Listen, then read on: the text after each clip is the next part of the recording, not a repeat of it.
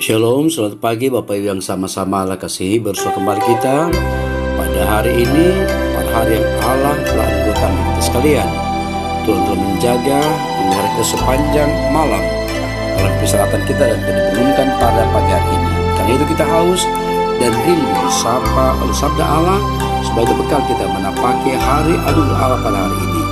Mari Bapak Ibu siapkan hati kita untuk disapa oleh sabdanya. Mari berdoa. Padamu Tuhan, saat ini kami angkat syukur pujian. Kemuliaan hanya bagi nama-Mu. Engkau yang dipuja, Engkau yang dimuliakan. Terpujilah Allah senantiasa. Kami rindu disapa oleh sabda kebenaran. Bersabdalah, kami telah sedia mendengar. Dalam nama Tuhan Yesus kami berdoa. Amin. Saudara-saudaraku yang kekasih dalam Yesus Tuhan, Artos edisi 15 Februari 2022. Bacaan kita dari kitab Esra pasal 1 ayat yang pertama sampai ayat yang ke-11. Esra pasal 1 ayat 1 sampai 11. Karena itu mari kita mendengarkan sabda Tuhan. Pada tahun pertama zaman Kores raja negeri Persia, Tuhan menggerakkan hati Kores raja Persia itu untuk menggenapkan firman yang diucapkan oleh Yeremia, sehingga disiarkan di seluruh kerajaan Kores secara lisan dan tulisan pengumuman ini. Beginilah perintah Kores, raja Persia. Segala kerajaan di bumi telah dikurniakan kepadaku oleh Tuhan Allah semesta langit. Ia menugaskan aku untuk mendirikan rumah baginya di Yerusalem yang terletak di Yehuda. Siapa di antara kamu termasuk umatnya, Allahnya menyertainya. Bila ia berangkat pulang ke Yerusalem yang terletak di Yehuda dan mendirikan rumah Tuhan Allah Israel, yakni Allah yang diam di Yerusalem. Dan setiap orang yang tertinggal dimanapun ia ada sebagai pendatang harus disokong oleh penduduk setempat dengan perak dan emas, harta benda dan ternak, di samping persembahan sukarela bagi rumah Allah yang ada di Yerusalem. Maka berkemaslah kepala-kepala keluarga orang Yehuda dan orang Benyamin, serta para imam dan orang-orang Lewi, yakni setiap orang yang hatinya digerakkan Allah untuk berangkat pulang dan mendirikan rumah Tuhan yang ada di Yerusalem. Dan segala orang di sekeliling mereka membantu mereka dengan barang-barang perak dan emas, harta benda dan ternak, dan dengan pemberian yang indah-indah, selain dari segala sesuatu yang dipersembahkan dengan sukarela. Pula Raja Kores menyuruh mengeluarkan perlengkapan rumah Tuhan yang telah diangkut Nebukadnezar Yerusalem dan yang ditaruhnya di dalam kuil Allahnya. Kores raja Persia itu menyuruh mengeluarkan semuanya itu di bawah pengawasan Mitredat, bendahara raja, yang menghitung seluruhnya bagi Sesbazar pembesar di Yehuda.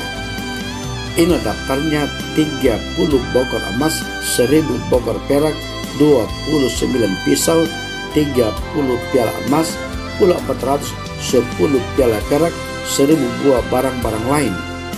Barang-barang emas dan perak seluruhnya berjumlah 5.400. Semua itu dibawa oleh Sesbazar sewaktu orang-orang buangan itu dibawa pulang dari negeri Babel ke Yerusalem. Demikian sabda Allah. Bapak Ibu saudara-saudara yang sama-sama Allah kasih tinjauan kitab Esra, bahwa Imam Esra memimpin orang Yahudi memperbarui perjanjian setelah mereka kembali dari pembuangan.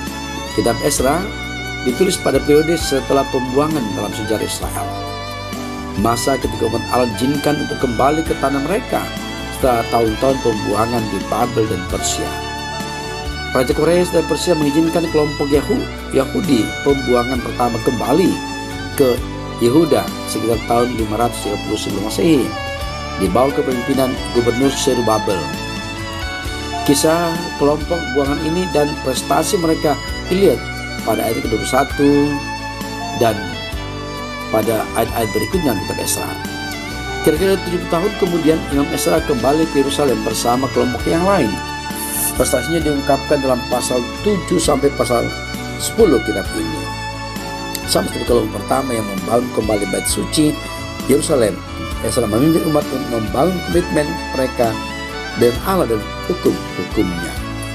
Bapak Ibu saudara-saudara yang kekasih dalam Tuhan, perikop bacaan kita pada hari ini berbicara dengan pemulihan kembali. Pemulihan kembali. Maklumat Raja Kores mengizinkan orang Yahudi kembali ke tanah airnya dan membangun kembali rumah bait bagi Allah mereka. Maklumat ini menganugerahkan pemulihan martabat bagi mereka sekaligus pemulihan rohani. Bayangkan puluhan tahun mereka dibuang ke tanah asing dan berada di bawah tekanan. Identitas mereka sebagai suatu bangsa dilenyapkan. Namun Allah tidak tinggal diam. Dia memang tidak pernah menghendaki umatnya menjadi bangsa buangan. Dosa-dosa bangsa itulah yang telah membuat Allah menghukum mereka dalam penaklukan bangsa asing. Ulangan 28. Namun tidak untuk selamanya ia menghukum. Ia menggerakkan Raja Kores untuk membuat maklumat yang mengizinkan orang Yahudi kembali ke tanah airnya.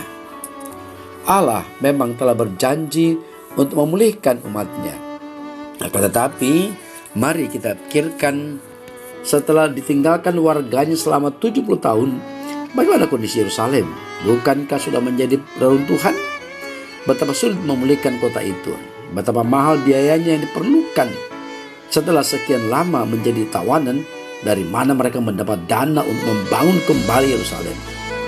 Namun Allah dalam segala hikmatnya menggerakkan Raja Kores juga untuk memikirkan bagaimana umat Israel bisa mendapatkan dana untuk biaya kepulangan mereka. Bahkan sendiri mengembalikan perlengkapan rumah Tuhan yang dulu dirampasnya.